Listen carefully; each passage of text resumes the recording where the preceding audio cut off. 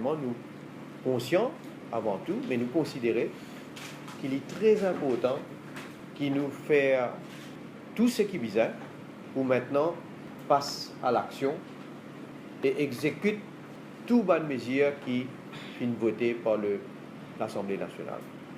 D'ailleurs, comment budget voté tout les ministères, déjà, il finit gagner des fonds et ils dans une position déjà pour capable commence démarrer un projet qui est annoncé. À travers le vote du Finance Bill, il y a 50% de bonnes mesures qui sont annoncées, il finit gagne force de loi. Nous mettons sur pied un comité ministériel et 3 task force pour superviser l'implémentation de toutes les mesures. Le comité ministériel qui est composé de 10 les autres ministres, pour présider par moi-même. Ce comité-là, pour joindre régulièrement et pour passer en revue progrès qui peut faire par sa 3 task force.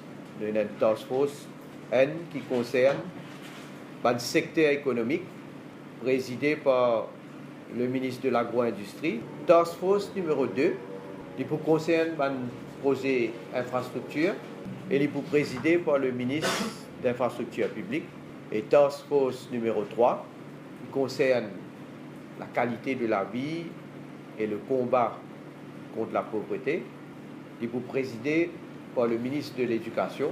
Réforme secteur public et stabilité macroéconomique et finances publiques, il est directement sous la responsabilité du comité ministériel.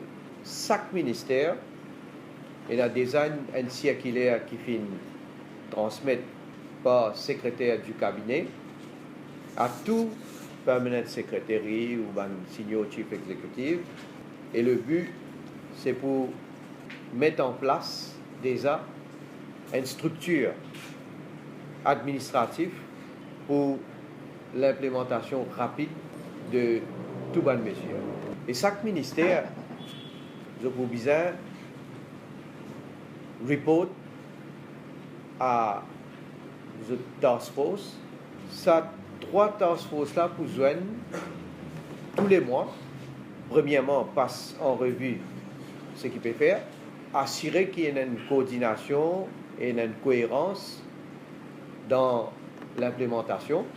Et troisièmement, aussi très important, c'est pour guetter en ce qui concerne le projet et un blocage ou bien pétarder et certainement trouver solution pour surmonter cette contrainte. Et dans un autre circulaire aussi qui concerne évidemment l'exécution et monitoring de bonnes mesures du budget, donc bonnes guidelines. On a un rapport mensuel de progrès. Nous payons l'assistance de la Banque mondiale, de l'IMF. Et là, actuellement, il y a une équipe de l'IMF qui est à Maurice. Et je peux faire un workshop qui concerne l'efficience, qui manière dans le secteur public, nous sommes capables d'améliorer la façon pour implémenter non seulement ce projet-là, mais la façon de fonctionner même en général. À mon niveau, le comité ministériel, le design finit fixer un calendrier de travail. Nos premières réunions ont lieu le 20 septembre. Il y a un high-level committee, la réforme pension, qui pousse sous la présidence ministre Sécurité sociale. Il y a aussi un représentant ministère Finances, représentant National Pension Fund et bien sûr un représentant du syndicat. Donc, ce comité-là, bien sûr, il peut tenir en compte sa ciblage, il peut tenir en compte ciblage. Et le comité, quand il finit de faire une recommandation, il peut venir avec le Conseil des ministres. Tout le ministre peut avoir l'occasion de discuter, là, de notre point de vue, et après, là, évidemment, nous pouvons venir avec un projet de réforme.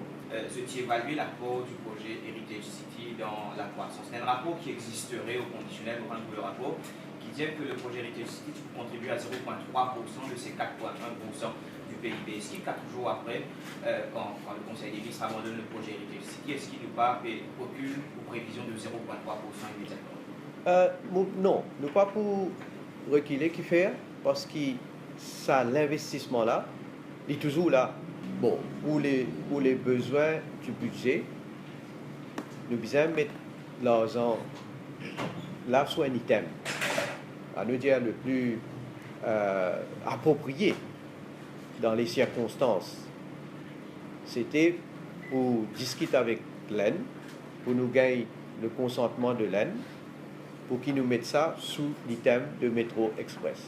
Maintenant, nous besoin dire aussi qu'il y a une discussion, nous pouvons discuter avec l'EN pour nous donner une flexibilité là. Nous mettons la totalité, nous mettons dans le projet de Métro Express, mais nous avons une flexibilité et l'EN disposé écoute nos bonnes propositions si jamais et les autres projets nous les financer par ça l'argent.